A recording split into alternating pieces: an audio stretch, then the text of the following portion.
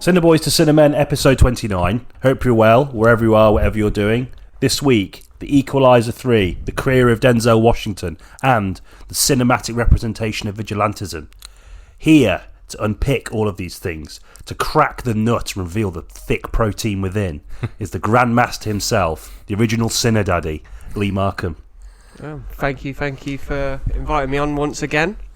You do seem to have a knack of having vigilante films as my motif, as if I'm somebody who's always hungry for kind of revenge and justice. I think it's because of those pictures you showed me of you as a youngster with a Batman hat. Oh, of course. That is true. Coventry's Batman, I always, That is true. I always channeled myself as a kind of, like Bruce Wayne / Charles Bronson when I was younger, and that's why I got battered. But yeah, I'm happy to be back. Like the Equalizer, you guys put out the call, and I'm here to deliver. And boy, will you. Yes. Boy, will you. You certainly will. Certainly will. No, it's great to have you back, mate. It's been a long time since our Canon Films episode, which is still one of my favourites. Sometimes I catch myself listening to it, which is a bit weird, isn't it, to say? No.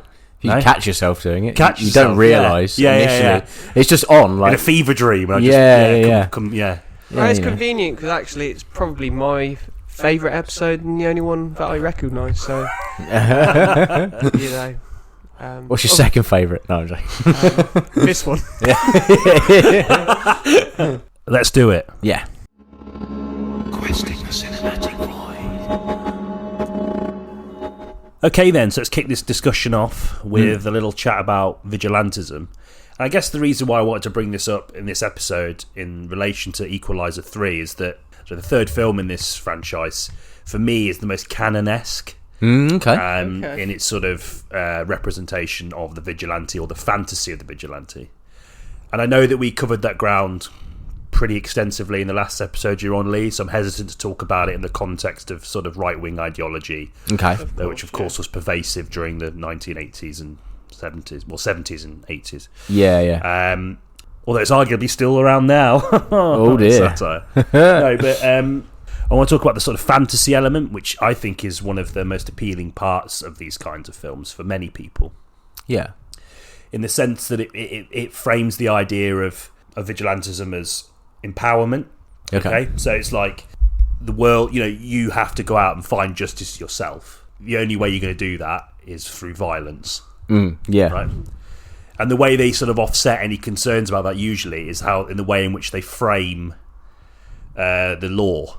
As this sort of like flaccid, corruptible system besieged by bureaucracy, so it's ineffective and, can't get the job done, or certainly in a way that is satisfying enough for the protagonist of many of these films. And I just wondered what your take was on that, and what is it do you think about that is so appealing to audiences, if at all? I think what resonates with vigilante films for me is the idea of kind of getting your just desserts is somewhat of a universal idea, whether that's obviously like the good guy getting revenge, or like a bad guy getting his just desserts, or getting some sort of kind of karmic justice. I think everybody can relate to that, and it doesn't really matter kind of where you come from, whether because everybody in some way will probably see themselves as either slighted or kind of like tread on or kind of disrespected.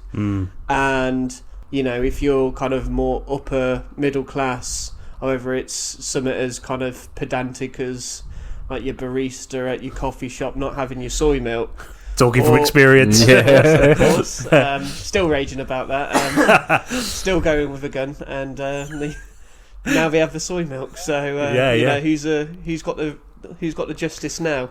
Like if you're like working class, like I think everybody has been probably kind of maybe screwed over by someone or something in their lives, and what you get from a film is you can get that kind of fantasy, and you get that enjoyment out of seeing somebody getting what you might think they deserve. Obviously some people will see that very differently coming from a perspective as to who deserves it or not. But I think that idea of revenge in general, in film that is, I don't think we all go around going like, right, I'm gonna become like, the Equalizer.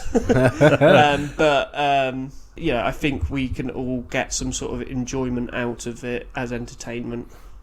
Yeah. No, I agree. I think there's definitely that fantasy element that you were talking about earlier, Lee, about that, the idea, of sort of imagining, I guess the sort of general audience would imagine having a really amazing answer to an argument, but 10 minutes too late. And part of that catharsis totally. is to watch these films and watch someone dispense that kind of those thoughts in real time, I guess. I do also think, it's an extreme example, as you say, but there's a kind of lack of nuance in all of this, or in a vigilante film. I think generally it's the bad guy is pretty, universally bad. Like, I'm not saying that they're not complex characters. I'm thinking particularly with Batman films. You've got the Joker, which is a very complex character, and you've got like a lot of the villains that in Batman films are very complex, but they're complex in a very overtly villainous way, right?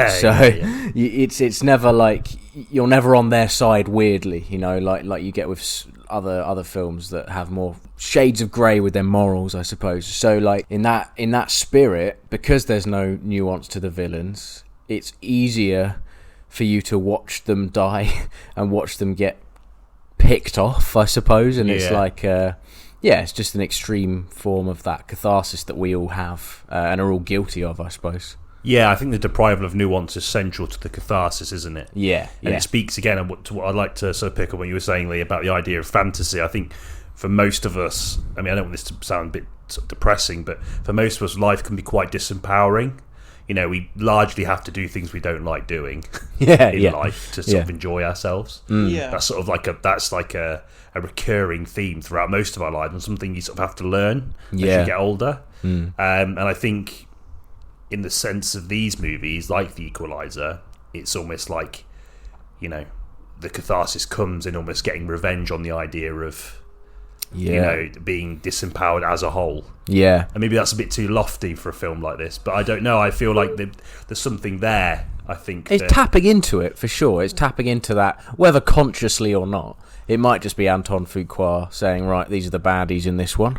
Italian mafia, why not? That kind of thing. But nonetheless, it is drawing off that. I absolutely do think that there's some intention there. Whether the intention came from a film that inspired Fuqua as opposed to from him himself, like, that's a different matter. But I definitely think that there is something in that. I think ultimately for these sort of films, it's almost like a means to an end. So they'll kind of, like, based on their location, they'd probably kind of pick things up that they might have read from like headlines or kind of articles.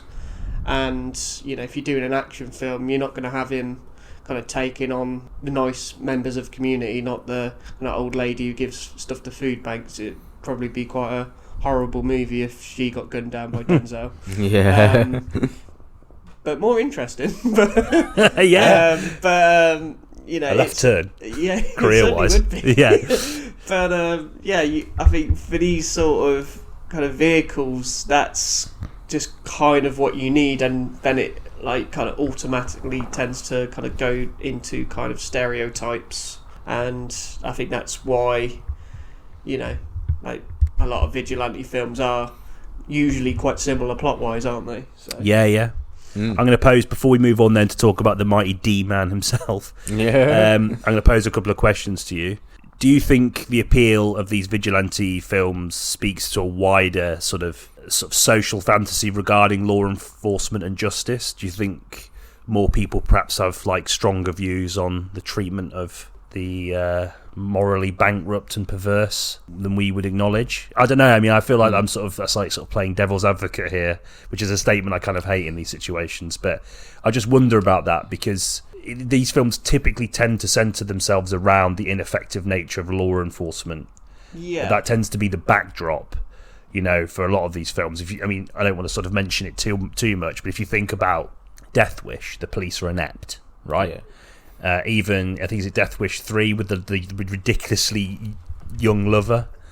you know, who's sort of complaining about how ineffective the law, the system is, you know, of policing and of enforcement and, you know, lawmaking. I don't know, does it speak to some kind of bizarre fantasy for some, or am I being a bit too harsh? I think, interestingly, I think it's slightly changed nowadays, because I feel like definitely with like Death Wish, it's more about police ineptitude. But if you look at the Equalizer franchise, and if you were to look at more kind of contemporary vigilante or just action films in general, like Taken or something. Yeah, it tends to be more from a kind of corruption side now, and obviously that, and I think that's probably from like the 90s, because obviously now with kind of video and kind of, you know, the 24-hour news cycle, you see, you know, there's so many news stories and it's out in the open that there has been a lot of issues with either police corruption or police brutality.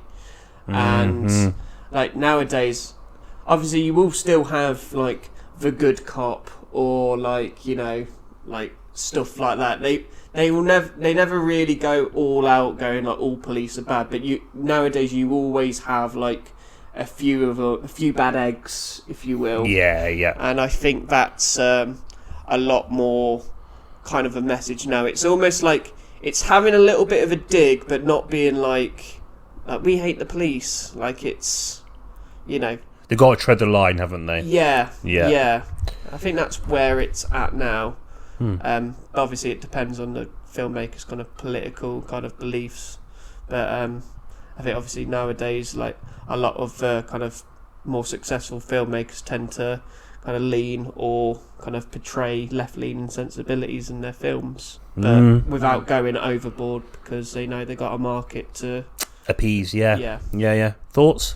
Yeah, I think it does depend on the plot line of the actual film involved. So like, you got your death wishes, you got your like the Equalizer, and even the Dark Knight trilogy to an extent, where the police play a role in the plot, and it is either their ineptitude or their kind of their own morals and their code of conduct which prevents them from helping in the way that a vigilante could. So there is that aspect, but you have other vigilante films, for example, like I'm thinking like Falling Down, or like or like Home Alone 2 which is one of my favourite vigilante movies.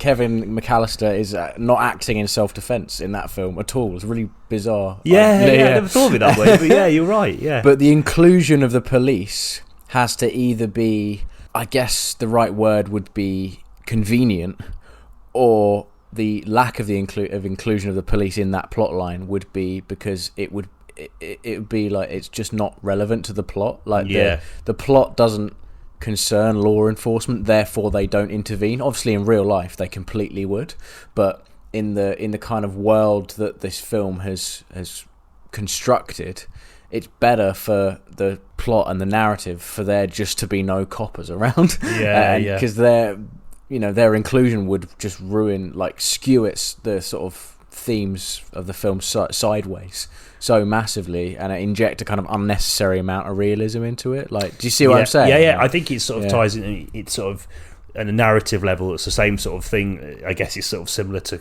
criticising a character in a horror film for going down a dark stairway. Exactly. If you don't do it, there's no movie, right? Yeah. So maybe there's not as much to it as I think. But I just thought I'd pose the question. No, it's good. Another question. Do you think the fantasy of the vigilante is more for men than women? Because if you look at these kind of character archetypes, it tends to be men, often absolutely protecting women, or saving women. I know it's a pretty big question, but I just wondered what you thought about that, because it sort of came to me not that long before you guys arrived. We had dinner. Yes. Lovely, by the way. You know, this idea that most of these films seem to be very male-centred, and I wonder if that has something to do with the sort of male perspective. I would definitely say so. Again, it also obviously depends on the actor in the kind of role, of course, as well. Yeah. But I think mainly, because they tend to be written by guys, and let's be honest, I can't imagine most kind of screenwriters are exactly the toughest, most confrontational alpha males. So I imagine there is a little bit of a kind of like, they're seeing themselves technically in the leading role. And, they're like, I could save the day and save the girl, and I'm a hero. Like, there's probably an aspect of that, but ultimately that's all I think most screenwriting, isn't it? So I definitely think there's an element of that. Yeah, completely. I think it's part of that male fantasy of, we can do it on our own, boys. We don't need the intervention of a third party to function. We can all. It's all like, it's all about the individual and not about the collective, and that's a political idea as well. But mainly, it's a very male thing, I think. Yeah. There's an exception to the rule. Have you seen The Brave one? It's not very good, but have you seen it? No, I don't think I have. A Neil Jordan film with Jodie Foster, and right. she's like she plays a vigilante born out of a sort of frustrated journalist, really, who starts to notice like the crime stats going up in her like local borough. I can't even remember, it is San Francisco or something. And it's not great, but it takes a stab at that idea of a female vigilante. It's a shame that it wasn't very well remembered or regarded, because it's an interesting idea to use, but like, I mean, maybe that speaks to the idea that it's a kind of the idea of the male vigilante might be more successful and resonate more with audiences. I don't know. Yeah, I think there are definitely sort of pepperings of films that sort of handle similar themes, but from a sort of more feminine perspective. Abel Ferrara's Miss 45 or something like that. Right, yeah. But those kind of films tend to centre on like an act against them. So it's obviously, in the case of Miss 45, it's a sexual act. Oh, do you know what? I think A Brave One might have done something similar. Actually, it was actually the death of her, the killing of her like boyfriend or partner. So that again, makes complete sense. Yeah. You also had the one with Carey Mulligan a couple of years ago. Is it Promising Young Woman? Oh yeah, which was very much of a similar ilk. I believe she was like sexually assaulted, and then she kind of starts going out and getting revenge on people who might do that, if you will. Yeah. And I think that was quite kind of well received as a kind of almost a female alternative to the usually male orientated kind of revenge thrillers. Yeah. Written, directed by a woman as well. So I think the thing is, it's much rarer than it is from the male perspective. Yeah, there's definitely space to recalibrate these themes, I think, that are probably not necessarily inherently masculine by any stretch, but I think they've been moulded to suit men. Yeah. And I think that's something that speaks to a lot of the sort of the male experience, because again, I think it goes back to that sort of disempowering thing, about the idea of the physical prowess of men, always sort of defending yourself, the people you care about, that sort of thing. We're quite a dated thing, but it's something I think a lot of men still pride themselves on. And a lot of men don't get the opportunity to do so. Yeah. So I wonder about that. But I do think, and it's interesting as well that you were saying that, there's not many of these films and they're slowly starting to come out, and it's probably because of that sort of, it's almost like they're drowning in the need to placate this sort of male fantasy a little bit. And I don't know, interesting. No, I agree. I agree. I think it is definitely, until very recently, been consistently a sort of male fantasy. Yeah, completely. But it's been recalibrated to make a comment about something a little bit more important than just sort of making like a bloke sat up at 4 a.m. fist pump the air, you know what I mean? Right, Denzel Washington. Time to get sweaty about him. I mean, not that we can get any sweatier, it's fucking boiling. It's really hot this evening, actually, I'm wearing jeans like some prick as well. You're cooking. I can hear your testicles screaming from here. Mate, they're so far down. Right. They're next to my toes. Anyway, Denzel, sorry. Go on, Lee. Take the lead. Well, where do you start? What a man. What a man. Yeah. For me, he is up there with the best. Like, people... It's usually the cliche that everyone says, like they put De Niro and Al Pacino on a pedestal of, like, especially in terms of American actors, like the best, like the cream of the crop. And for me, I feel Denzel is up there with them, because you might say that maybe Denzel doesn't necessarily have the commercially popular all-time classics like those two have. But you could also argue like he's made films like Malcolm X and like Training Day. Mm-hmm. But I would also say that he hasn't really done any bad movies either. Not really. Like there's none, especially like I say if you compare him to like De Niro and Pacino. He hasn't done a Little Fuckers or a Dirty Grandpa or a Jack and Jill. Like he can turn a average script into a very good film and a great script into something truly memorable. Like I think he has a command of the screen which is pretty much unmatched. Like even for example, like recently I was watching Crimson Tides. Tony Scott film. Him and Gene Hackman. Oh yeah. And it's almost in a way a little bit of a kind of subconscious passing of the torch, if you will. Because like Denzel, like Gene Hackman is up there with one of the all-time great actors as well, and I don't think there's anyone who's ever out-acted him on the screen or kind of out-presenced him. But I almost feel like Denzel does, and he almost kind of like it's also part of the plot, but he kind of takes charge of the movie and kind of wrestles it off Gene Hackman. Yeah, even his kind of more average or kind of middling works, I feel like he elevates it. Yeah. And I think it's really rare, especially nowadays, for an actor to do that. So yeah, that's kind of that's how I see him personally. Yeah, I think you're right about him having a command of the screen. There is something sort of incredibly efficient about him as an actor. Do you know what I mean? Yeah. But that efficiency doesn't sort of get in the way of having a real humanity and being able to portray characters with flaws or the potential to change. I think about like Malcolm X. He's playing someone that changed a lot in their life. As a human being, grew. He handles that so well. I completely agree. I think it's weird that he isn't sort of considered in the pantheon of the absolute greats. Yeah. Generally speaking, I think it's interesting because he almost in a way he has. It's interesting. Obviously, a few episodes ago you did one on Tom Cruise. Yeah. Because I feel like he's obviously not as commercially successful, but I feel like he's had a staying power very akin to him, but with better performances and more humble in his approach to things as well. I think, especially his like real world persona. I think as well, like he's not hamstrung by mistakes he's made in the past and like weird relationships and odd interviews and stuff. Like he seems quite put together in that respect, like a family man, obviously with the introduction of his son more recently on screen, John David Washington. Like I think he does carry that almost everyman persona, and that bleeds into his films as well. I'd like to talk about that in a bit, about just how that everyman persona does kind of extend to the roles he plays. Yeah.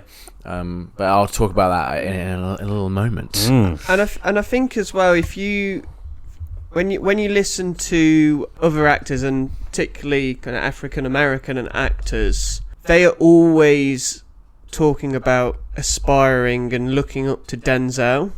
And it's quite interesting because he's been around and had the same kind of period of career as Morgan Freeman.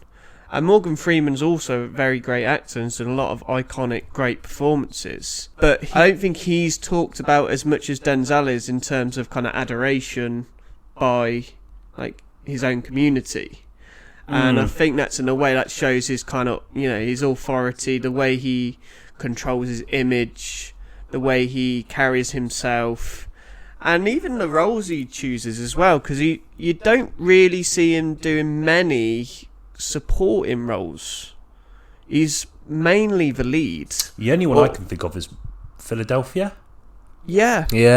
It's Glory. Yeah, and that's mainly stuff earlier on in his career stuff, isn't it? Yeah, that's true. Yeah, I mean, even in films where he is part of a duo, he still stands out as largely kind of the main character and gets first billing and things like that. I'm thinking like Training Day. Look at the poster for Training Day. He's there, front and center. Yeah. Ethan Hawke's kind of out of focus in the background. He talks about his ability, because I think there is a humbleness, which I think you want to get into in a minute, but he can also play those big roles, those big characters, you know. Yeah, yeah. And he can humanize the big characters, like in yeah, Training Day, exactly. right? Yeah. You can have those brilliant lines like King Kong ain't got shit on me. Yeah, but that never feels sort of like naff.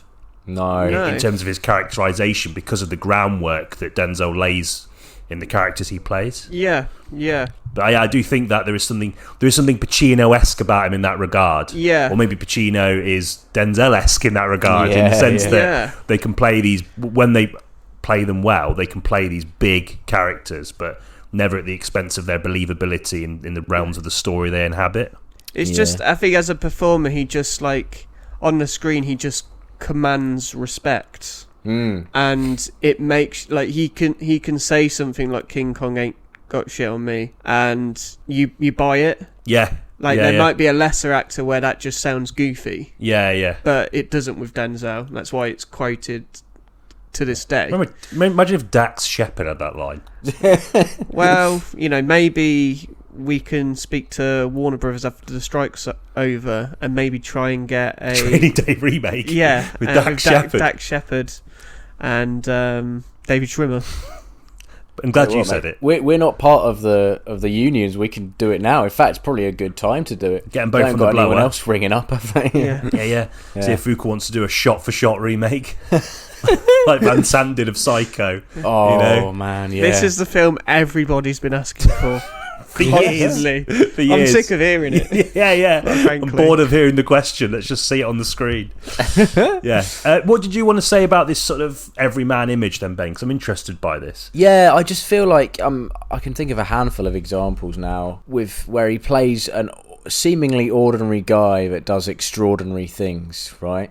I'm mainly thinking of Unstoppable, which is a fucking brilliant film. Like, look at if you kind of Google it, and you Google the plot, and you Google like the artwork, it looks awful. Like, I cannot tell you how off-putting the marketing material for Unstoppable was. Yeah. The only reason I watched it was because it was on telly, and I saw a Tony Scott film at the beginning. I was like, oh, okay, well, you know, Man on Fire, another notable Denzel performance. And Dakota Fanning as well, which we'll talk about in a bit. The context of Equalizer 3. Exactly, yeah.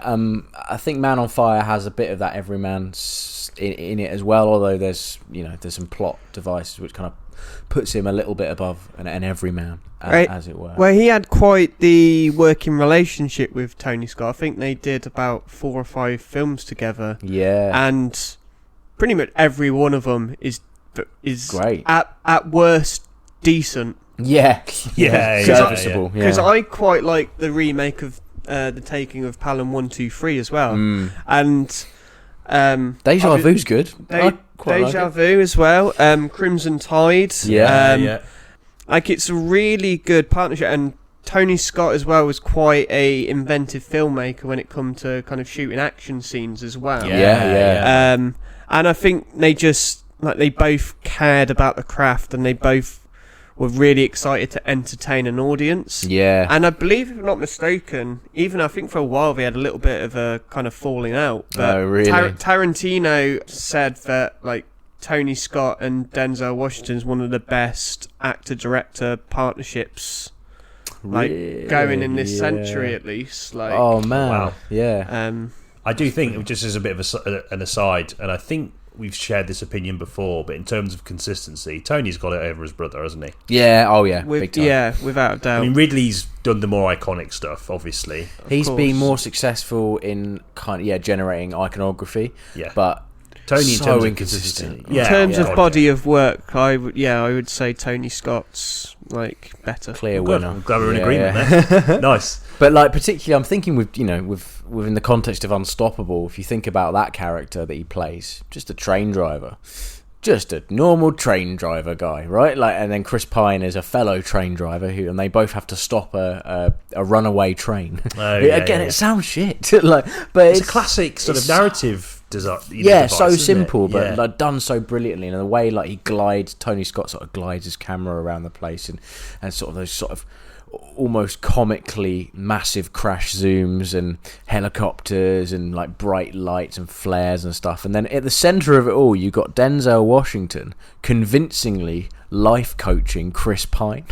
Like, I don't understand how he can pull that off. It just, there's something about that everyman kind of like, he's having a conversation and weirdly, like, it's not about the fact they're on a train going at like 300, 400 miles an hour. It's like, it's about Chris Pine's marital, like the character's marital problems. Yeah. And he makes it work. Like, he kind of interweaves it seamlessly, these kind of like seemingly banal real world issues with something so drastic and kind of life altering and violent.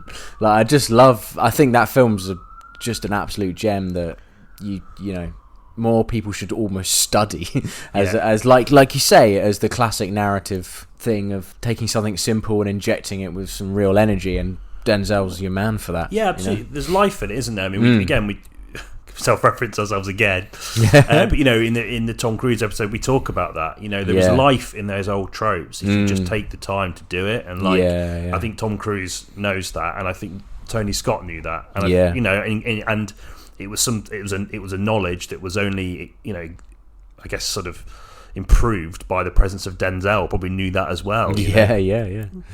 Well, it's obviously his Philadelphia co-star Tom Hanks, like he always gets the kind of moniker of like America's dad, doesn't he? Yeah. But I almost feel like in a way like Denzel also is as well. He's almost evolved into that, but instead of like Tom Hanks probably seems like the more kind of kinder dad, but like Denzel's almost like kind of like do your homework dad. If that makes sense, like sort your shit out, dad. Like like he's that one. He's like you love him and look up to him, but he's gonna kick your ass if you like, you know, you step out of line. If you step out of line, There is something sort of old school about him, isn't there? There's an old school image. Yeah. I don't think he. Obviously, like, he has no issues playing sort of characters with more sensitive elements, but there is definitely like a sort of hard-bodied roughness to him, I think.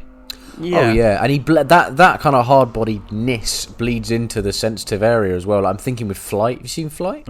Yeah, like the bit at the end where he admits he's an alcoholic, which is like not an easy thing I can imagine for anyone to do, and he employs that sort of sensitive side to the character, but he doesn't falter in terms of like, he's really good at inflections and saying things in an almost American version of the Queen's English, right? So he's not doing what I do, because I'm from like the southeast of England, like I drop a lot of vowels and stuff, like everything is like very, the inflection is there, like, every letter is spoken with intent, and yet that scene at the end of Flight, which I think is really great, probably the best scene in the film apart from the plane crash, just sort of is a great example of how he can maintain that kind of father figure to everyone sort of sternness, but also admit that he's his character in this instance is completely broken.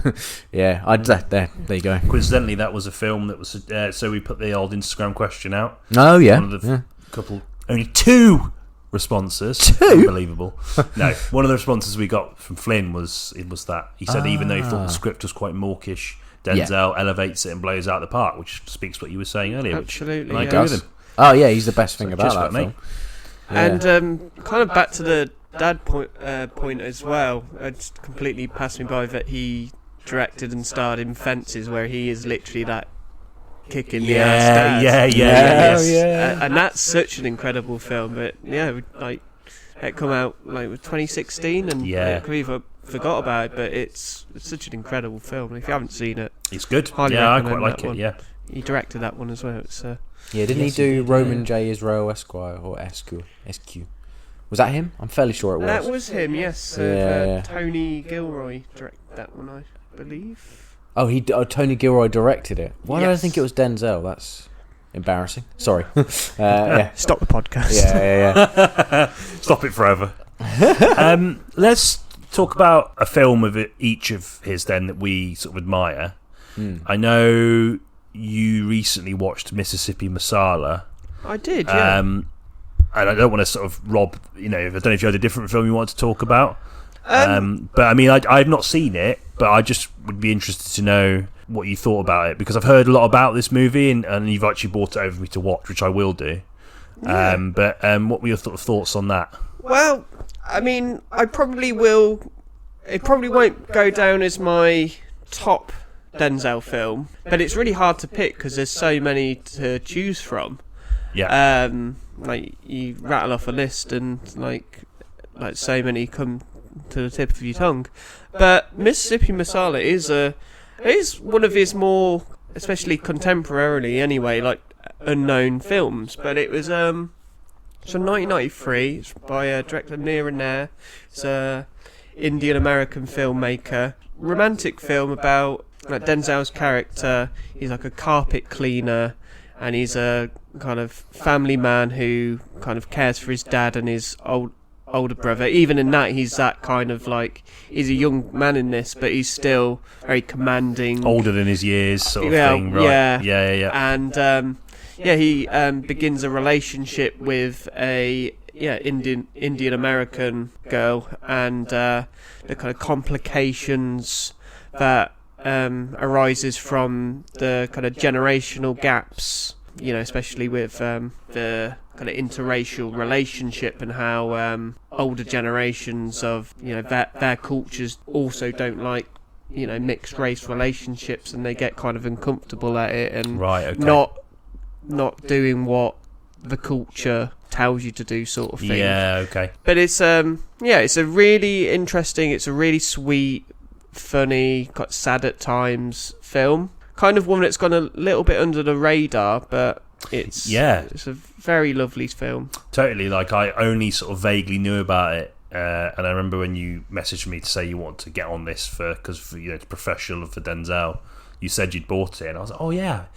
It is one of those films you sort of just like think, it just disappears, like when you consider his other work. But no, I'm interested to check it out. And that sort of cross-cultural romance is such a mainstay in cinema, particularly like in the 90s, early 2000s. Yeah, and it's quite because a lot of these films also it tends to be a mixed race relationship between. And there's usually a white character. And that's like, so it's interesting seeing two, different cultures and how they are kind of similar generational anxiety kind of about it. When obviously really it shouldn't be kind of a problem. No. But the younger the generations get, people are getting a lot more open-minded, aren't they? It's definitely one I'd recommend. But yeah, what about you guys? What would you? My favourite one is Unstoppable. I think my favourite Denzel Washington performance is Unstoppable. I've kind of already rattled on a little bit about that one. American Gangster's one to watch. That's interesting. It's kind of a pretty average gangster film with a really great duo of performances. Actually, I really like Russell Crowe in it as well. He's pretty good in it, isn't he? Yeah, it's very much like Ridley Scott. Very recently watched The Godfather and wanted to do it again, but in a different neighbourhood kind of thing. Yeah, it's too long. Definitely. It's like the plot beats are too drawn out, but some really great performances in it, Denzel included. Aforementioned Flight, of course. I love Man on Fire. I think Man on Fire is a really underrated Tony Scott film. 100%. I mean, I think it's enjoyed a lot of sort of audience appreciation, but it's like 38% on Rotten Tomatoes. Didn't do that well. That's really bizarre. I know. It's not a bad movie. It's a really great film. Yeah, it's a great film. It really knows what it is like, and the editing in it is just fucking frenetic, and it enhances an already really good Denzel performance as well. But yeah, no. I mean, I think I've said my piece about which of my favourite kind of Denzel performances for sure. What about you, Danny? What's your pick? Well, I sort of watched a film that eluded me quite a lot in regards to not only Denzel's filmography as an actor, but Spike Lee's filmography as a director. Yeah. He Got Game. Yeah, that's a great film. Nice. And I honestly, it might be my favourite Spike Lee film, maybe. Wow. I just love it. I just think from the moment, from the intro onwards, it really communicates this idea of like sport being like akin to religion.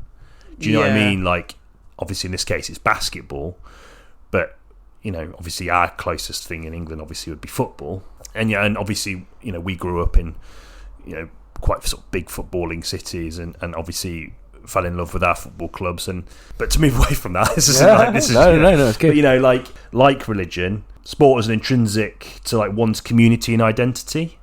Oh, absolutely. It's an expression of who you are. You know what I mean? Fundamentally, more than anything else. Well, in a way, it gives you something to care about or believe in. You can have a bit more of a detachment from it than you can, for example, if you're incredibly kind of religious or even not. Like, you can have a similar relationship. You can kind of get really into it, take yourself out, take yourself back in, and it's something that maybe brings people together who kind of wouldn't normally come together. I think there's something to be said about the uncertainty it generates, that tantalizing uncertainty, because you never, it's not up to you ultimately. There is nothing you can personally do short of maybe funding the club of actually changing the outcome. So you're hedging your bets, and in some cases your sanity and happiness, on something completely out of your control. It's like gambling, right? It's like putting it's like going to a roulette wheel. It's the same. I do think it's the same feeling in a sort of strange way. There you go. But in the case of He Got Game, it sort of focuses on, is it Ray Allen? Is that the actor? Ray Allen, who was a NBA basketball player as well. Pretty good one from what I understand. Yes. My cursory research and lack of knowledge on basketball aside, I think he was quite a good basketball player. And he plays this sort of up-and-coming high school basketballer that's on this sort of precipice of this big decision that he's got to make. And the things that are sort of weighing his decision down is his conscience to sort of provide for his family, and also to listen to his late mother's advice about sort of securing an education and learning. It's not just about athletic growth, it's about academic growth as well, which was really important to his late mum, who passed away in circumstances that are related to Denzel's character that I mentioned later. Yeah. And I just find it's really fascinating, this idea that obviously there's an escapist element from a fan perspective, but when you are this athlete and you are touted, in the case of this film, he's touted to be like the greatest player of all time, should he maintain the trajectory that he's on. The community starts hedging their bets on you as well, and they see you as a way to get out of their situation. So, like his family, he lives with his uncle, and his uncle's a bit of a money grabber, isn't he? And is sort of basically already planning his own life off the back of his nephew's success. Yeah, and I think Rosario Dawson plays his girlfriend, who is having an affair with someone that's setting him up with an agent to try and get him into the NBA. So he could basically miss out college basketball and the education, everything that would bring, and go straight to the NBA and make a disgusting amount of money, the fame and fortune and all that. So there's a lot going on for this lead character. Yeah, and he's got the pressure of his community, the pressure of expectation of the close people around him, even people like his coach who've been lending him money, always with the assumption that when this guy gets to the top and he rises, he's going to drag all these people up with him. And that creates a pressure for him as well. But I think it's interesting because obviously this idea of escaping your environment, escaping your background is quite central to the theme, because obviously they're living in a sort of relative impoverishment and a lot of the societal troubles and issues that come with that impoverishment. So Lee's quite delicate in the way he handles that. I mean, the side characters, even though they're sort of manipulating him a little bit to try and get what they want, you can sort of understand why, because to them, there's no way they're going to get out of this situation unless he rises to stardom. Do you know what I mean? But I just wonder what you thought about. Obviously, I've missed out the key thing that is Denzel, who is in it. He plays his dad, right? Who's in prison, and he basically gets told by the prison warden that the local governor's a huge basketball fan, and if he can convince his son to play for a certain college, he will shorten his prison sentence. And he gets released for a week to try and convince him. Sorry, that was a really key plot device that I've just sort of ignored in this lengthy ramble that you've been very gracious to listen to. But I just think it, as a film on its own merits, as an exploration of struggle and grief and familial difficulty and sport as religion, sport as hope, sport as oppression. I don't know, I just think it's fantastic, and I think it might be my favourite Denzel performance as well, because of the kind of character he plays. Yeah. Would you like to sort of expand, because I've not really talked about the character, and I'm sort of sick of hearing myself talk, but what do you think about his characterisation in that film? No, I think he's again, he was like the kick in the ass dad before. Like, he was like the pushy dad coach, you know, forcing him out there, kind of, you know, like, you don't stop, you keep kind of hustling sort of kind of mentality. And then obviously he gets kind of sent down because he indulges that too much. Yeah. So it feels like maybe it's like a pretty straight up inversion of that archetype that he plays, maybe. Oh, absolutely. He kind of goes back and forth on his whether to do kind of the right thing or not. But I think it's the interesting thing about Denzel again. He's playing with kind of morality, and he's such a believer, and is it like in kind of like people paying for the kind of mistakes they make, or kind of repenting for kind of any wrongdoing that you have. And I think that that comes out in this. Obviously it's a bit more kind of vague, because, you know, there is obviously a part of him in this film where he wants to shorten his sentence. That's why he's out there. Yeah. But, you know, without spoiling it too much, it's the kind of debate he's having in the film, really. Yeah, because obviously his character is wrestling with the guilt of what he did. Yeah. In the film, he is the one that has killed the lead character's mum. Right, yeah. In like a sort of a little scuffle as a result of a younger him refusing to sort of like bow down to his father's pretty outrageous sort of training strategies, let's be honest. I mean, in a way, they're probably a part of the reason why his character's so fucking good at basketball. Yeah. And that's something he has to sort of begrudgingly accept, because there's also an element of trauma in that acceptance. Yeah. You know, Denzel's character's obviously besieged by the grief of that and the guilt. Yeah. Also, the guilt of destroying his family, the guilt of allowing his demons to take hold to subsequently destroy his family. But what is really interesting about the characterization, though, is that he still has those demons in him. It's still apparent in his character that he's still someone that can't really control his temper very well. No. And clearly has, like, you know, an issue with alcohol. And I just thought it was a really bold choice from Denzel. Obviously he's gonna work with Spike Lee, because they had an amazing collaboration over, I think, 3 films. Yeah. I think it's sort of him and Tony Scott, the 2 ones he's collaborated with the most. Yeah. And Fuqua, of course. Yes. Yeah, I just think it's a really bold choice from an acting perspective to play a character that, in the one hand, upholds the values of a sort of more archetypal Denzel character, but hasn't sort of completely come out of the woods yet in terms of dealing with his problems. Well, his own flaws as a human being has kind of undermined that authority and respect that he's trying to distill. Yeah. Yeah, that's about really myself. Good. Yeah. For me as well, like, obviously Malcolm X is also like a masterpiece as well, and he's incredible in that. Like, obviously I mentioned Mississippi Masala, but I think you couldn't do a Denzel Washington podcast without talking about Training Day as well. Like, Training Day, I think that might be his most iconic performance for me, I'd say. In terms of lines of dialogue. Dialogue, he brandishes that line between being really charming but then being completely evil, and he just switches back and forth constantly. Yeah. And mind you, he's obviously acting mainly alongside Ethan Hawke, who is also an incredible actor. And rarely does a bad performance, but he's almost taken to school by Denzel. As a character and as an actor, he's just and that's not, like, Ethan Hawke's good in a way where he knows that this is Denzel's to dominate, and he's just going to kind of work around that. He knows his place, right? He knows his place, but he's absolutely happy to occupy that place.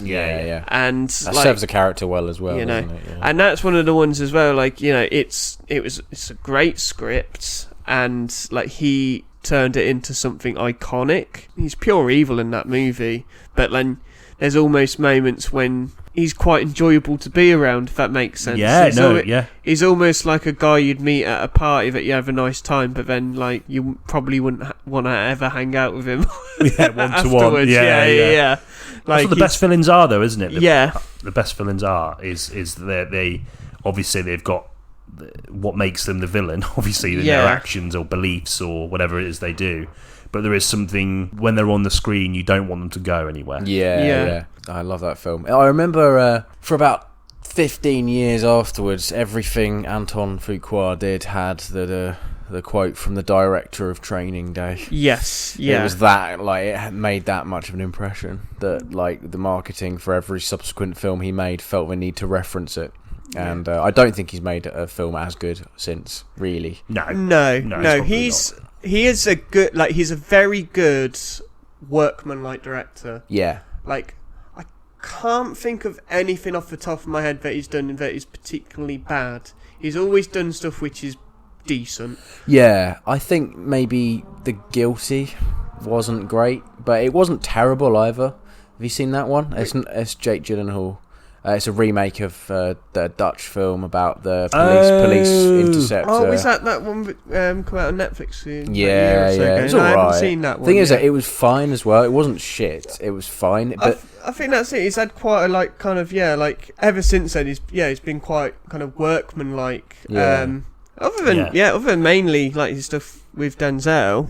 Olympus Has Fallen, which was the better of the White House movies, even though it was the cheaper one. Oh yeah. Did he do that? He did.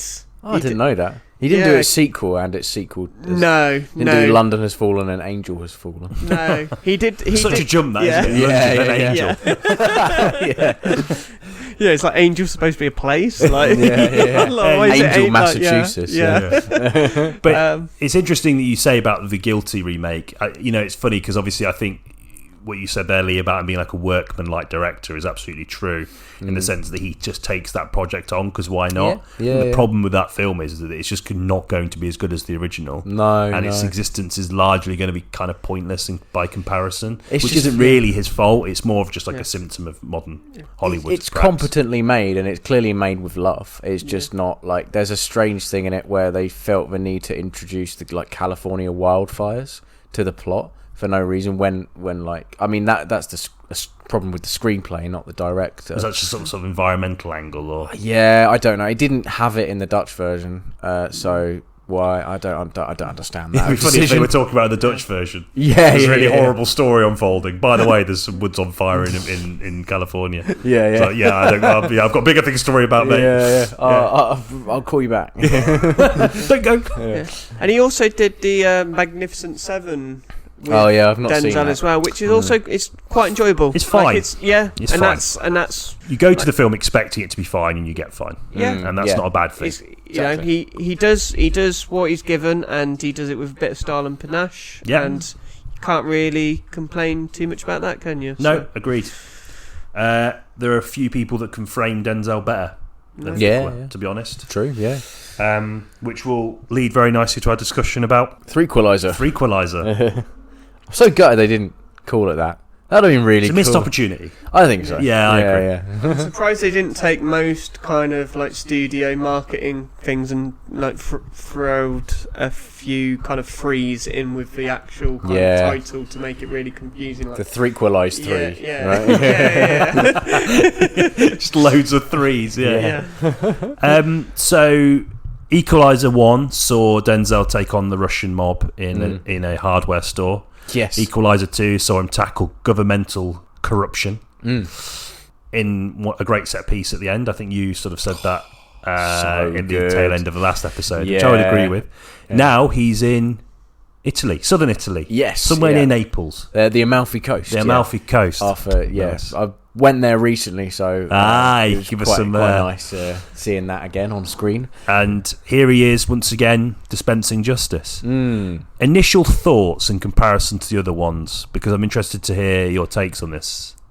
I think this actually might be already just from what you said, like where we might slightly disagree, because I feel like I enjoyed this one more than I did the second one. Oh, no way. Okay. But not that I think the second one's particularly bad. I think I cared more about the kind of little community he had going on here in Naples in this one.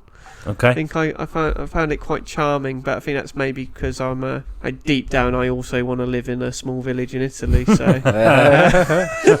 maybe I want to be the Leequalizer. That's great. Was that on your notes, or did you just think of that now? That's great. I've got it tattooed on my lower back.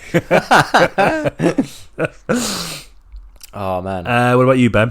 I wasn't so keen on it. Yeah, I actually though, funnily enough, I quite like the Italy stuff. Like I liked the fact that he was fitting into this community, and I liked how he was sort of going into semi-retirement. I think the weakness of the film was it didn't have the equivalent of the Hurricane.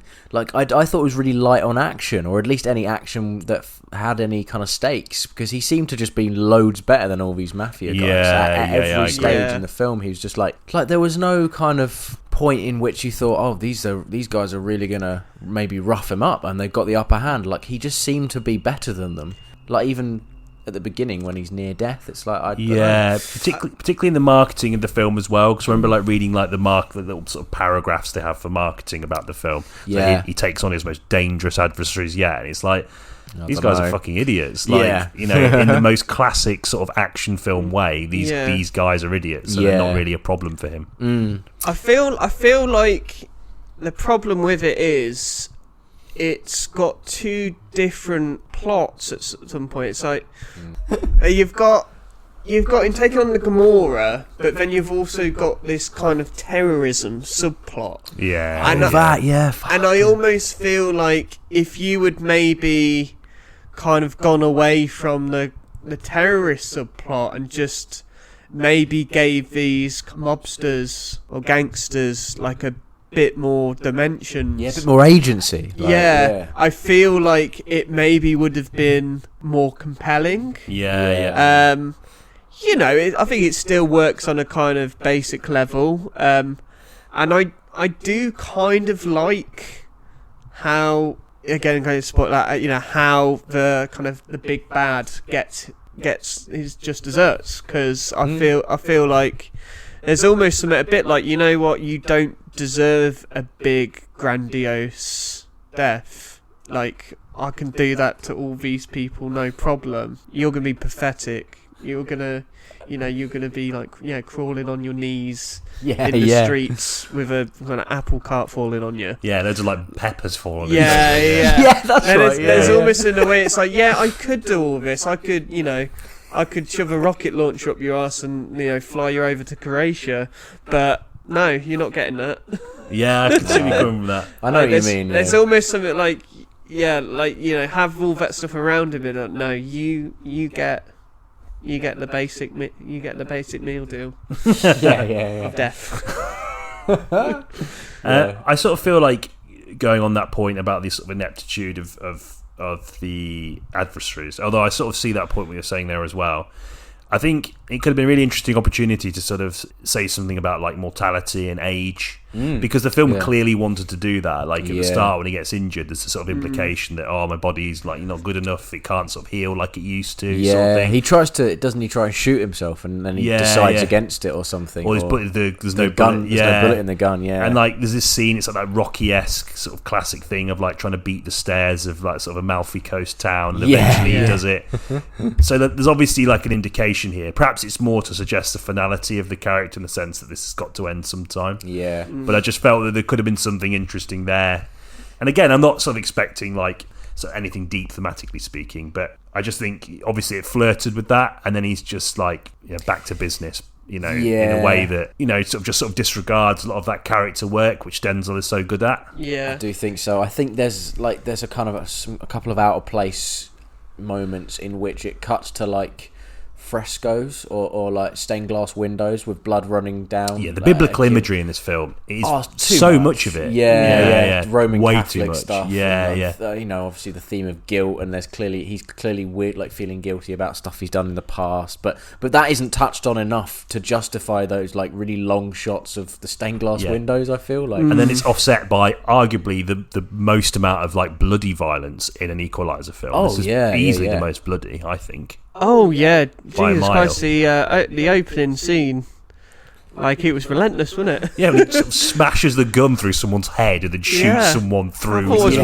watching a yeah, Eli yeah. Roth film. Yeah, like, yeah, it was really. I was like, fucking hell, this must be right on the end of the 15 sort of age rating Yeah. spectrum. Like, it's got to be. Yeah, yeah. And that offset again, that sort of guilt that he's feeling. I mean, it's a classic sort of action character motif, isn't it? Yeah. Guilt. I don't know. Maybe like you're not supposed to read into it too much, but I was sort of thinking about that more broadly as well in the context of the violence, because I said right at the start of the intro that this film felt the most canon-esque of the trilogy in the sense that it frames the sort of struggles of the working folk as these sort of virtuous beings, Yeah. and they're being sort of assaulted by some egomaniacal, morally bankrupt monster. Yeah. And Yeah. all that is there for is to sort of basically curtail any sort of qualms you might have about the sort of sadistic violence that he employs in the film. Yeah.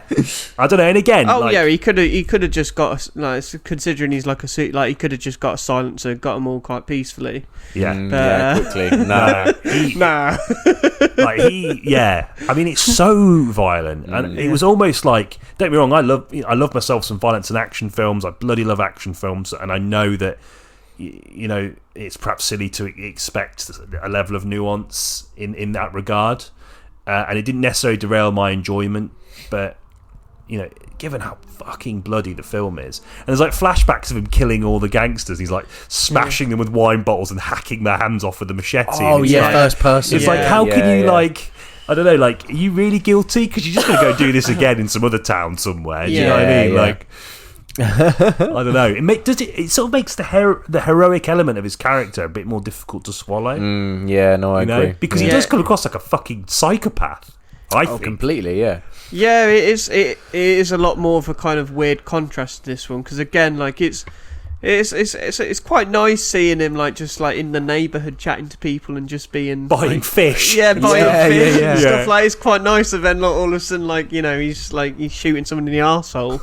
Yeah. Which, if I'm Yeah. not mistaken, he does shoot someone With a shotgun. Yeah, he does. Yeah. Needlessly as well. They're yeah. going to die regardless. But he's So like, I'll probably, well, pump this guy. I think we can safely say, like, whether we all say it's the best in the franchise or not. I think we can safely say, if you want to see Denzel Washington shoot someone in the arsehole, go and see the Equalizer 3. Yeah, because you're gonna get that. Yeah. Robert McCall at his most violent. Yeah. Yeah. There's a couple of odd moments in this film I'd like to run by you just Cool. to see if I haven't missed anything. Go on. There's a bit where, because it doesn't matter, there's no spoilers really, but he befriends a local. He befriends a local waitress at one point. Glad she wasn't a love interest, by the way. That would have been a bit much. Yeah, I did It was think I was a bit- teetering on the edge. I was a wasn't bit it? worried at that point. I was Yeah. like, no way, come on, this isn't happening, surely. I mean, Denzel's still a handsome fella, don't get me wrong, Oh but yeah, like, yeah. it seems a bit out of the realms of... Too bit much. Yeah, Yeah. I'm glad that they didn't go through with that. But there's a bit where she just hands him a spoon and goes, you forgot this. It's yours. And he's like, thanks. And then what? Like, do you remember what I'm talking isn't it about? the spoon he always uses? That's what I sort of... Yeah. I tried to remember that Was there a scene predating that moment where it establishes the spoon as a Is it his significant... dead wife's spoon? No, so I think this is also a little bit of the problem, is because he just kind of loses it a bit in this film. Actually, is like in the first This two, is a spoon. it's his spoon. But there's also this thing where he has OCD. Oh, yeah. So you always yeah, see he yeah. has a similar way, like he kind of puts certain things down, how he has his tea, and even there's a bit at the beginning where he asks for tea and she brings like a coffee. Yeah. But then he has the coffee and he just has a coffee in this, and then just kind of like all of a sudden he doesn't have OCD anymore. Which I it's the don't know cure. how. That's not how coffee works. No, it's not how OCD works. Either. I know Italians are kind of famous for their coffee, but I don't think it cures obsessive compulsive disorder. No. If I'm not mistaken. No, as far as I'm aware, I mean, there might be something, but I don't know. Okay. But I think it's to do with that, but they don't address it enough in this, so it does kind of seem a little bit strange. Feels really weird. Yeah. She's like, by the way. And like it's like a sort of minute-long moment. Here's your spoon, mate. Here's your spoon. It's like, Yeah. oh, thank you. That's brilliant. Cheers. I'm just going to go and shoot this guy in the arsehole. Like, what? Okay, It's so funny that's... you mentioned that. Yeah, I don't know why it stuck with me. So the other moment, which I think was just quite funny. I'm sorry, we'll get back to serious stuff. I just thought like it was really weird when these two go for like a dinner, and she takes him to like a local market that has like a sort of benches. Yeah. And they pan across all this really nice looking Italian food. So glad you mentioned. Yeah. And then land on a kebab. Yeah. A doner kebab wheel spinning, and he goes, "What's that?" She goes, "It's a kebab." What? Why? I don't know what place that moment has in this film at all. It has no bearing on, like, I don't know. I mean, also if we're nitpicking here as well, considering obviously he was like a former CIA operative, so I'm sure he's kind of well travelled in the world, so he might have seen a kebab before. I think he might have done. Yeah. I mean, I know he might not be kind of drinking on the high streets of Britain. No. But he might not be going down kind of Medway. Like midnight trying to get like a doner wrap. Yeah. But, I'm sure he's travelled to many countries in the world where they've served kebab. Yeah, because it's this idea, isn't it? When he meets Dakota Fanning's character, like he sort of deconstructs every part of her character. So he's obviously he's not just got the sort of the brutal killing efficiency, he's got the mind of an operative. Yeah. Is, as you say, well-travelled, sort of, sharpened mind. He doesn't even know what a fucking kebab is. It's like, come on. Like, bizarre, yeah. I did not. That's one gap in his knowledge. If only the villain had used it to his advantage. Yeah. You know what I mean? Like, well, maybe he's like a pescatarian, so like he doesn't usually. And you just got all the food's beautifully laid out. I know, it's like a Waitrose advert, isn't it? Yeah. It's really weird. Yeah. My scene that I want to pick out as well, whilst from the picking out weird scenes, is the end. Oh yeah. So the end where it's like obviously like I guess it's sort of like is it foreshadowing sort of Napoli's Serie A title win or something, and there's like the guys all run through the street, the local team has won, they're all in blue, and then he gets up and starts dancing, like jigging with them all. I think it's a sign he's going to become a kind of Italian football a Neapolitan. Yeah, that's it. Maybe, and that's it. He's finally settling into the community. He's he's going to have like a Diego Maradona full chest piece tattoo. Or maybe he'll be like in a statue next to him. In this village, like him hugging Maradona. Exactly. I just thought it was so strange because there's that bit in the film where he kills like the main gangster's brother. Oh, that's in right. the street, which other people must have seen him doing. It's fucking brutal. Oh, awful. He doesn't just stab him. He like stabs him like up in the neck, straight through his brain with a big knife. Yeah, and leaves him by the van, doesn't he? Yeah. To die slowly. I always think about when I think about the kind of excessive violence in films and how it can be done really well. And I know it's a different genre, and this might be a bit of a weird aside, but like when I always think about that elevator scene in Drive, yes, and what the violence in that scene means is the fact that this character, violence is a part of his life, and he's never going to be able to like get you can't subsidize that with like a loving relationship, like he is this person, and that's a really effective way to use sort of ultra violence basically to sort of establish a part of the character and as a narrative device to move the plot forwards. And I just think in action films, maybe it's a bit unfair to compare it in that regard because obviously Drive isn't an out-and-out action movie necessarily. But like in the context of someone like this old fella, he's obviously trying to find himself and he wants this peace and quiet. It would have been interesting to see them try and like, I don't know, maybe him like not do it. Just maybe like see someone and be like, no, not here. Hesitate, think twice. Maybe Justice maybe never he's going to sleeps. get into football, Justice never does sleep. So like cinema. Yeah, exactly. That's a great man once said. But yeah, I mean, it is a tricky relationship that these kind of vigilante or kind of revenge films have. It's like, how much do these, in this fantasy anyway, like how much do these characters deserve this, I guess? Yeah, you're right. So like, I guess that's, there's the tricky relationship you have. It's like, whether you believe that these kind of bad guys are bad enough to get such a barbecue in, if you will. Yeah. But you know. It does quite a funny job of reducing the entirety of the mafia in Naples to like 12 blokes as well. It's like they're killed and then everything's better again. I do kind of, I know that's a trope. I'm not necessarily criticising it for that, but it suffers from that, like, the lack of nuance, really, as to like, you know, with a film that's relatively grounded in reality. You know, I'm thinking about the explosion in Rome. Like, Dakota Fanning gets absolutely knocked out cold by that. Like, it doesn't, you know, she doesn't get up again and sprint to Naples, does she? Like, it's sort of, it is grounded in reality enough that you expect a little bit more from the villains and the way the villain and the villainy, aka, you know, in this case, did you call it the Gomorrah? Is that right? Is that a term for it? Yeah. I would have liked to have seen more of that, maybe, if possible. You know, it's only like an hour 50, so they could have done that. Maybe. I guess, like, you're right. I think the film occupies a sort of slightly awkward space tonally in relation to genre as well. Obviously, it's still out and out an action movie. In an attempt to ground the action film in something more meaningful, I think you also, it then increases the sort of expectation on other areas of the movie, which you don't sort of get. But by that same token, I feel like maybe I'm just being like a bit of a snobby bastard about thinking all these things as well. Do you know what I mean? Because it is an action movie, and you know, maybe it doesn't deserve this kind of treatment. I'm not so sure. What do you think, Lee? No, I think it's like, you know, it's good to kind of point out, but at the same time, you're aware enough, and I think we're all aware enough that, like, it's doing exactly kind of what it says on the tin.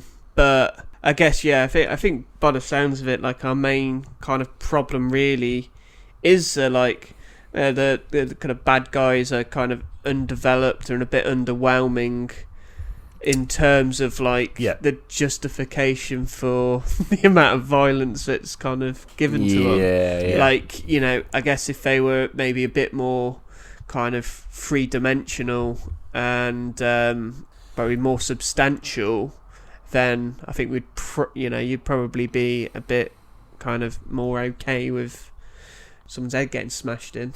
I think they were set up to be a bit more three-dimensional as well. Like, there was the relationship between the two brothers. I was like, okay, I'm on board with this. One of them is the kind of runt of the litter who is aspiring to be his brother's, like, and they spend time with that as well, don't they? They do, and then he just gets stabbed in the head, but in reverse, and it's like, oh, he's gone then. All right. I think that's the problem. It gets too bogged down in kind of terrorism stuff. But rather than, like, you know, even if they weren't actually that, like, have a lot more of them.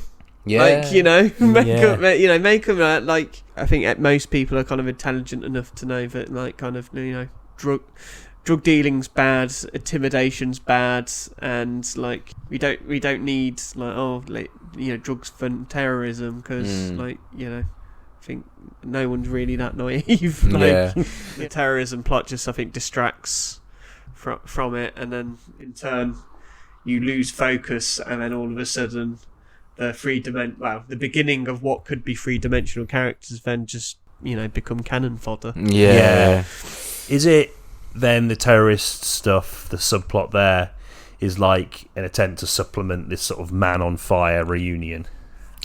I think it's funny you say that. Yeah, I do. Sorry, Lee. I was just about to kind of mention the fact that Dakota Fanning is included in this film as an obvious homage to her relationship with Denzel Washington's character in Man on Fire, which, as we kind of previously mentioned, has entered the public consciousness and is now, from an audience point of view, quite highly regarded. It's enjoying a little bit of a return, isn't it, as a result? I've heard a few things about people revisiting it. Yeah, exactly, and so in that sense, I feel like maybe you can give Equalizer 3 a free pass for indulging in some of those more, like, genre cliches, because but, like, maybe I was, like you were saying, like, I might have been wrong to assume that this was going to be more complex than it was, and the inclusion of Dakota Fanning as an aviator-wearing CIA operative might have been a bit of a fence post, like a signpost,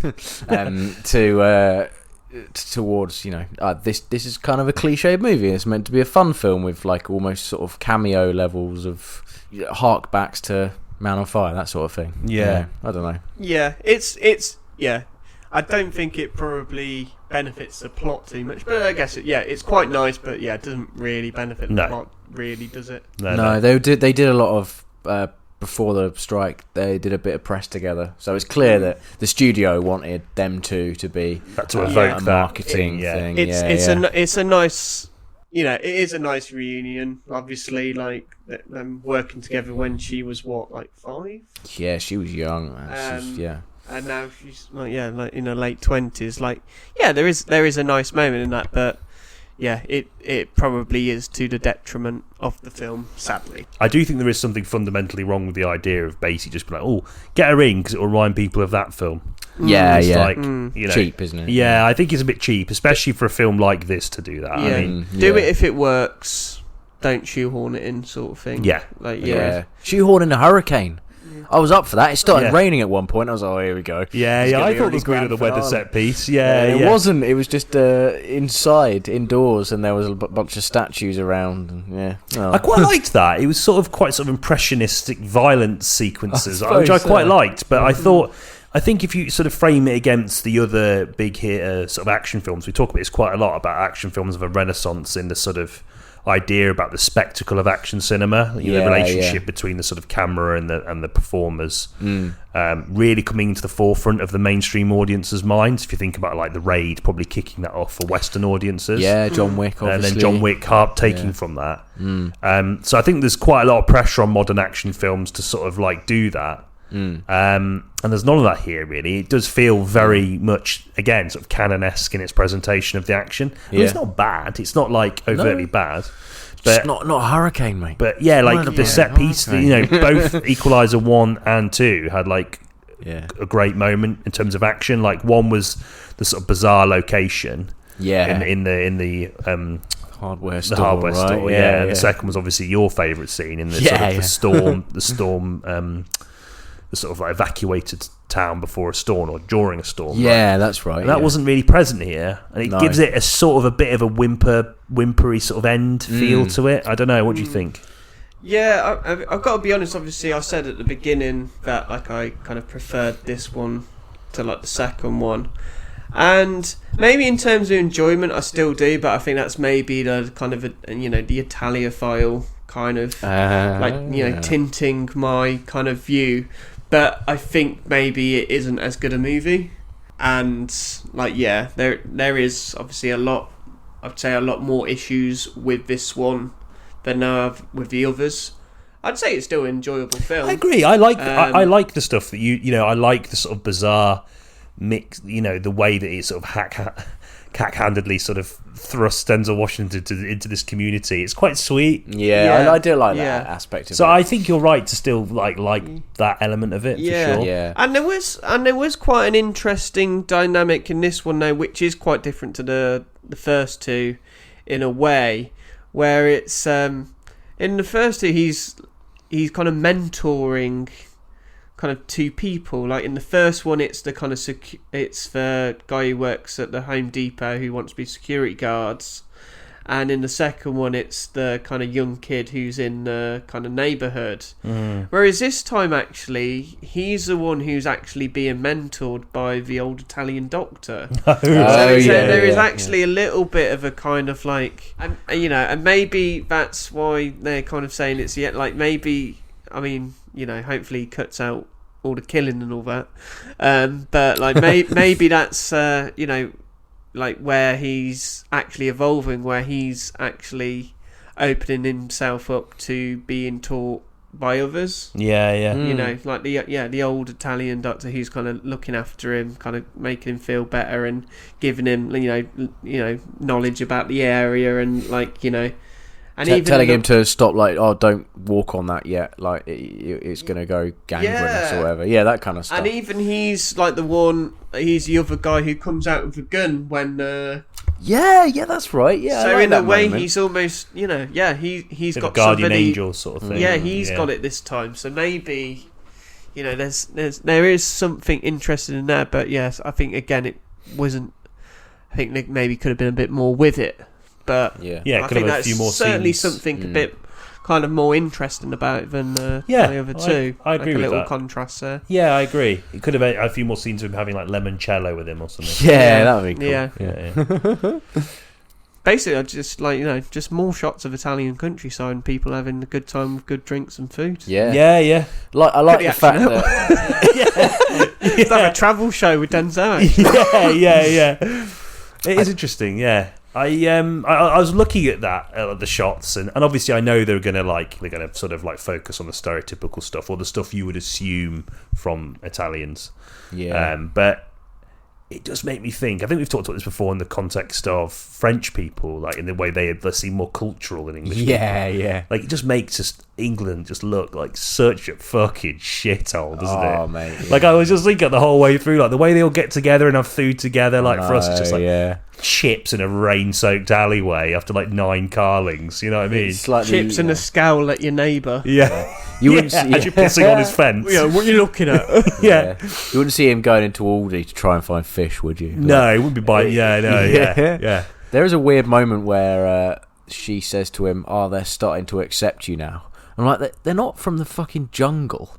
They're Italians, right? Yeah. They're not like an uncontacted tribe. I don't know. There's something weird about that line as well. I just thought I'd mention that off the cuff. Yeah, I know what you mean, yeah.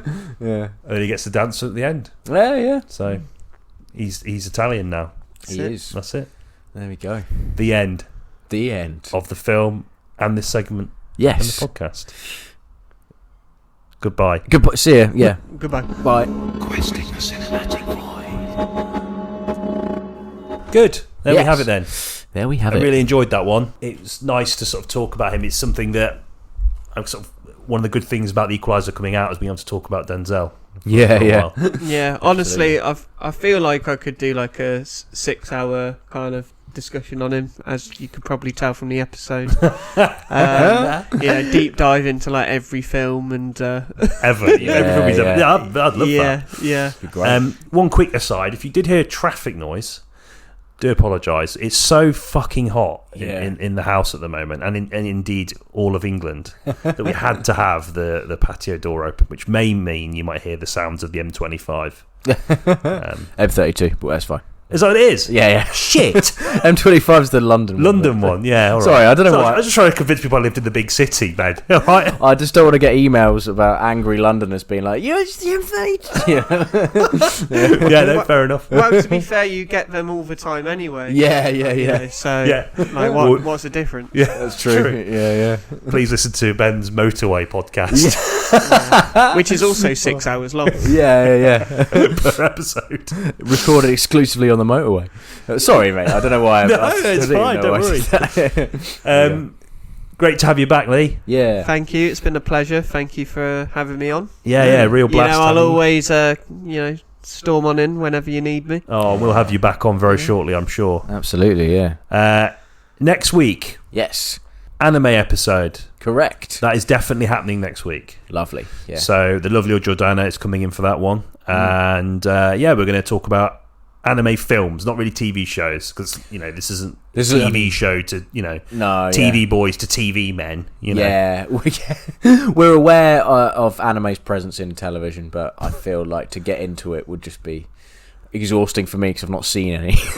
And you guys are aware of television as well. We do know that. We're familiar with it. Yeah. Didn't mention the Fargo TV show for a reason. We'll talk about the movie. So that'll be a nice discussion about the sort of, I guess, the medium of anime, and a few choice examples provided by Jordana and some broader ones that we've chosen as well. So really looking forward to that one. But in the meantime, enjoy this episode and we'll see you in the next one. Bye-bye. Bye-bye. Bye-bye.